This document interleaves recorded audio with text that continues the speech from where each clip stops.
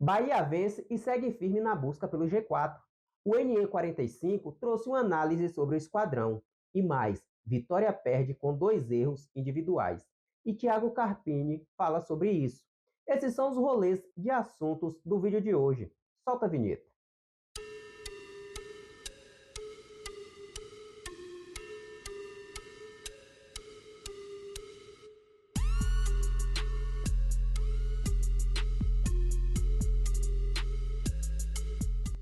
Olá a todos, eu sou Jabson Batista e sejam bem-vindos ao canal Dois Toques. E como vocês já sabem, se inscrevam, deixem o like, o comentário e compartilhem este conteúdo com geral, beleza? Vamos começar o rolê de hoje falando do Bahia que venceu o Criciúma dentro de casa e continua firme na briga pelo G6 e tentando ali o acesso ao G4. É bem verdade que na partida do último domingo, o Bahia não manteve a posse de bola contra a equipe do Criciúma, mas conseguiu somar os 3 pontos que eram necessários para se manter ali nos 6 primeiros colocados da tabela. E outra coisa, posse de bola não ganha jogo. E assim, você pode ter a posse de bola durante o jogo todinho ali, mas no último minuto do acréscimo, o adversário vai lá e faz o gol e leva a partida, leva os 3 pontos. Do que adiantou ter a maior posse de bola se não ganhou o jogo?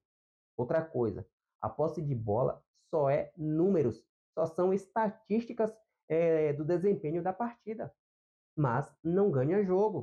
No entanto, aquela combinação de resultados que eu havia dito no último vídeo sobre a 28ª rodada não deu muito certo, porque os jogos de São Paulo, Cruzeiro, Flamengo e Internacional, só no caso da partida do Cruzeiro que houve um empate, mas no Clássico Paulista o São Paulo venceu, o Flamengo venceu o Atlético Paranaense e o Internacional venceu o arquirrival do Bahia, o Vitória. E com esses resultados momentâneos, o Flamengo é o quarto e o São Paulo o quinto colocado.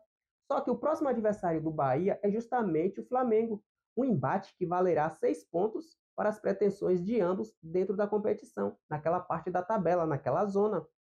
E com isso, o tricolor de aço poderá ingressar no G4, porém precisará de outra combinação de resultado. É justamente na partida entre Cuiabá versus São Paulo. Por quê?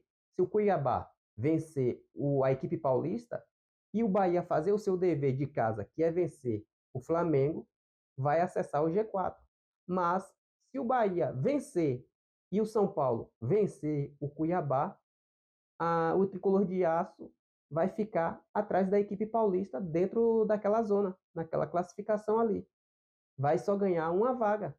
Por isso, o Bahia precisará desse resultado, dessa combinação de resultado. Mas, primeiramente, tem que fazer o dever de casa.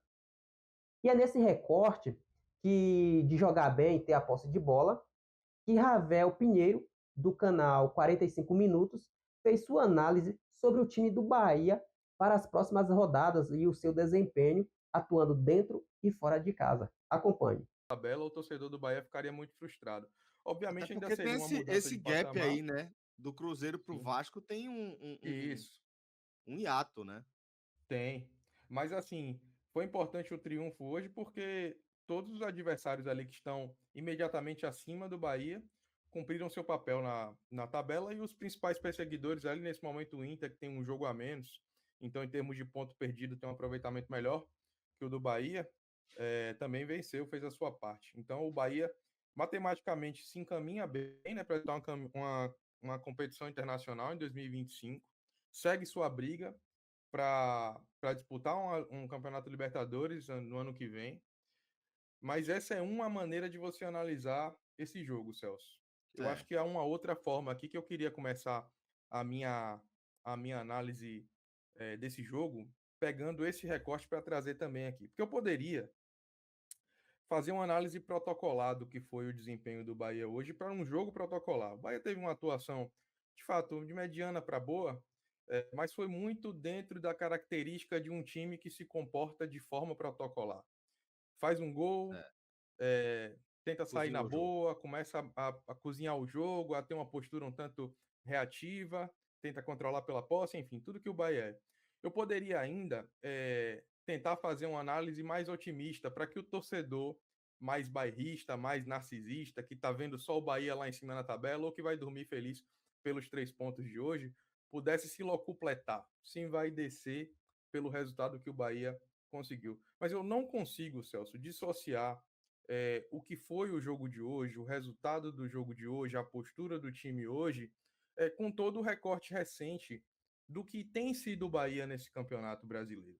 Mesmo que o Bahia consiga uma pontuação histórica, mesmo de que haja um indicativo muito forte que pela primeira vez em sua história o time vá terminar o Campeonato Brasileiro de pontos corridos entre os 10 melhores colocados, não dá para dizer que esse time não escolhe jogo para jogar. E hoje o Bahia escolheu o jogo para jogar. Escolheu jogar contra o Criciúma, escolheu performar melhor, escolheu fazer o resultado.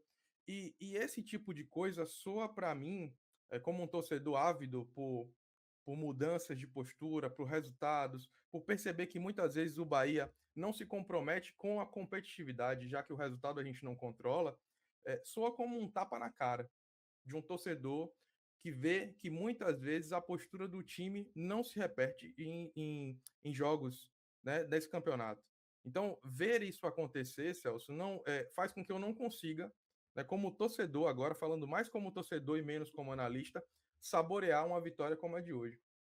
Porque o que me faz acreditar que no próximo jogo o Bahia de hoje se repetirá? Ou ainda, quem me garante que o Bahia do jogo de sábado, do próximo sábado contra o Flamengo, não será o time que jogou no sábado passado contra o Fortaleza? Então, essa oscilação, essa inconstância, que não é uma oscilação de desempenho pelas dificuldades que o adversário muitas vezes se propõe ou coloca ao Bahia, já que do outro lado tem um time querendo vencer também.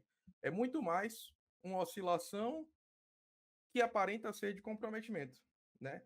De desempenho ou de ausência de desempenho a partir de uma falta de interesse no jogo. Porque não há como dizer que praticamente o mesmo time, à exceção do retorno de Canu, que é um zagueiro que vem fazendo uma boa temporada pelo Bahia depois de alguma oscilação, consiga ser tão diferente do que foi contra o Fortaleza. E aqui entra um outro parêntese. Fica muito evidente também que a torcida do Bahia não deixa esse time se desligar do jogo, como em várias outras ocasiões a gente pôde ver. Um Bahia desligado, omisso, descompromissado, especialmente jogando fora de casa. Aí quando vem para a Fonte Nova em seus domínios, o Bahia joga de uma maneira diferente. Foi assim contra o Atlético Mineiro e agora mais recentemente na partida de hoje contra o Criciúma.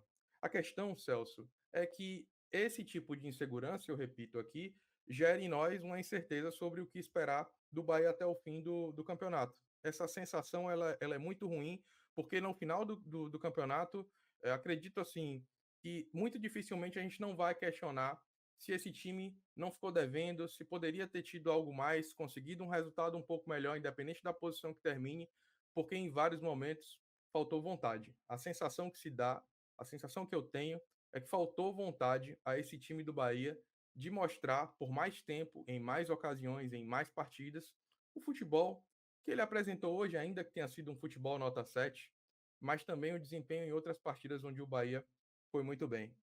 E assim, o Bahia precisa fazer o dever de casa neste momento, que é vencer a equipe do Flamengo dentro da casa de apostas Arena Fonte Nova.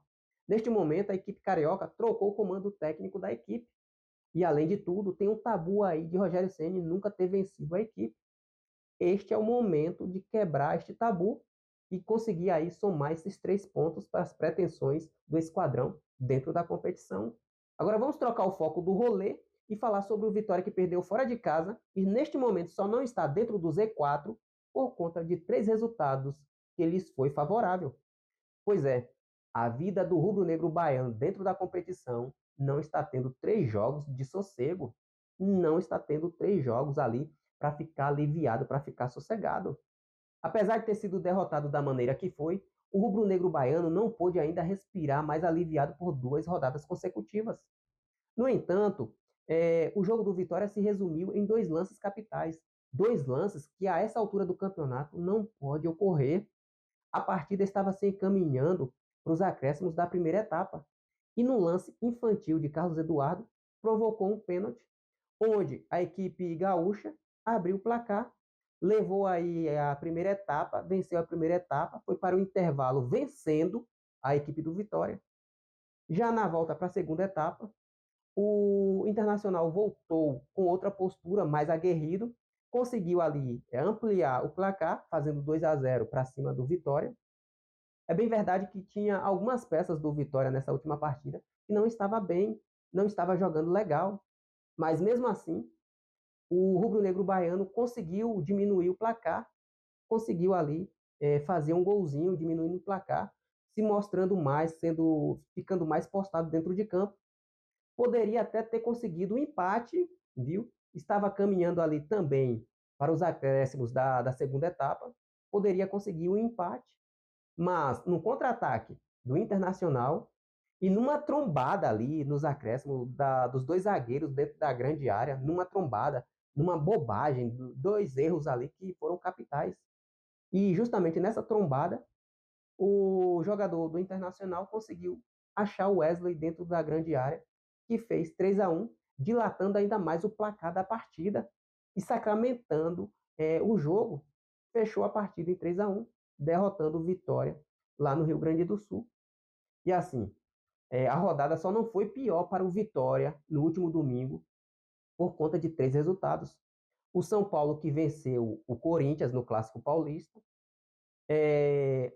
o Bahia, seu arquirrival, que venceu a equipe do Criciúma, e o Atlético Goianiense, que venceu a equipe do Fluminense com polêmicas e tudo mais. Houve polêmicas também no jogo de São Paulo versus Corinthians. Houve, mas esses 3 resultados foram determinantes para que o Leão da Barra não adentrasse na zona de rebaixamento. E é nesse recorte dos 2 erros capitais da partida do último domingo que culminou na derrota do Vitória que Thiago Carpini foi indagado na coletiva. Veja o que ele falou sobre os 2 lances. A gente viu um time do Vitória hoje muito brigador, assim, desde o primeiro minuto. E bem ajeitado na parte defensiva no primeiro tempo. Depois, por erros individuais, acabou tendo pênalti, acabou sofrendo o segundo gol. Mas eu quero saber como dá para ajeitar esses erros individuais para não cometer, porque se não fosse por eles, provavelmente o Vitória teria sido um resultado bem positivo aqui hoje. Bom, acho que é seguir trabalhando, acho que esse é o primeiro ponto, né? A gente conscientizando, eu falo muito para os atletas do erro grande, o erro que compromete o resultado da partida. O erro técnico de passe, de tomar decisão, isso faz parte do processo, não tem como a gente evitá-los. Hoje foi uma equipe, como tem sido nos últimos jogos, nesse retorno, uma equipe competitiva, que cria chances de gols, né? Tem um padrão bem definido, jogando dentro e fora de casa, independente do adversário, a gente não abre mão de ter a bola, né, quando tem a posse, de ter jogadas trabalhadas, combinadas, e da competitividade. Nós sabíamos que para enfrentar o Inter aqui, a gente não poderia abrir mão de marcar bem para poder jogar bem. Eu acredito que o detalhe que fez a total diferença na partida de hoje foi o pênalti no último minuto do primeiro tempo.